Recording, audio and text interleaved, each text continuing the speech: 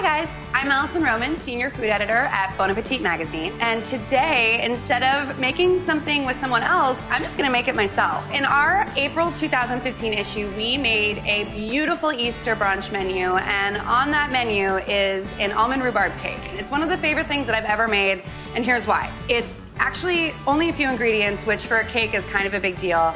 It comes together really quickly, and it features rhubarb, which is so underrated, and especially when baked into a cake, gets so delicious. Rhubarb.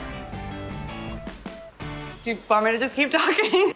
So the first thing that I'm gonna do is I'm gonna prep the rhubarb. I'm gonna reserve some of the rhubarb for laying on top of the cake, which is gonna give it its nice, dramatic, crackly look, but the remaining rhubarb I'm going to chop up so we can fold into the batter, so that way you get rhubarb in pretty much every bite. When you're developing recipes and you work at Bon Appetit, like I do, you're making a lot of cakes every year, and so sometimes you think, how can I make this cake different? So we used a rectangular cake pan, which you can find at any baking store. We like the rectangle for this cake because it sort of mimics the shape of the rhubarb, but you can definitely bake this in a round, removable tart pan as well. I just use my hands because why not? The thing with baking cakes in tart pans, they do tend to stick a little bit more, so you want to make sure that they're really well buttered and really well sugared. And this does two things. It helps it release when it's baked, but it also gives it like a really nice, crunchy, crackly bottom and sides, which, as everybody knows, is the best part of a cake. If it gets on your cutting board, that's okay. That's what your cutting board's for. Then we can go on and make the batter. In the food processor goes the almonds and the flour. Also the baking soda. Wait, I'm gonna make sure that this is baking soda. Real quick, sorry. Off-camera recipe consulting. I'm gonna add my baking powder and salt. So I'm gonna process this in all together, and what it's gonna do is kind of make like an almond flour. I feel like a few lumps, so I'm gonna let it go a couple seconds longer.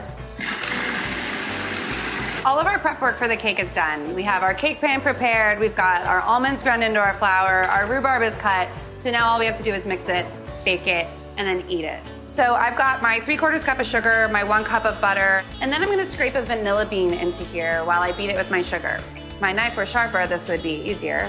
I just prefer it to vanilla extract, plus you get those really nice flecks. And when you're done with your vanilla bean, as an aside, because they can be really pricey, I like to stick them in a bottle of vodka or whiskey or something like that and make your own vanilla extract. And I'm gonna add my eggs, which are room temperature. And I'm gonna beat this until it's super light and fluffy. This is like kind of one of those steps where you're like, they say 3 to 5 minutes, but do they really mean it? Yeah, we really mean it. And you'll see it start to change. The sugar and the butter will kind of just become like this one fluffy, almost look like a whipped cream or something. Don't say that, sorry, that's not true at all. It's not gonna look like whipped cream at all.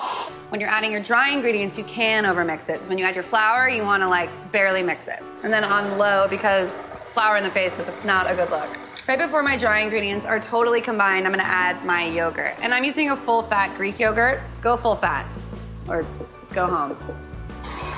Okay, I think we have a cake batter. This is pretty exciting. Okay, so I'm gonna fold in my chopped rhubarb. You can make this cake with strawberries, but just know that because they are a little bit juicier, the cake might turn out a little jammier.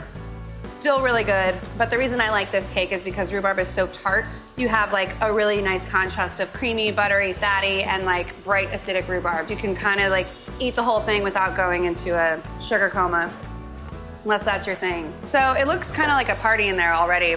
So I'm gonna, this is a really thick cake batter, and you're like, how am I gonna get this evenly into the edges? But because there's so much butter in it, it'll sort itself out in the oven.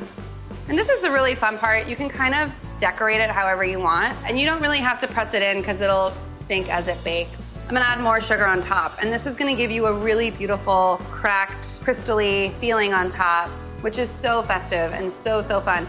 And now we're gonna bake it for 70 to 80 minutes.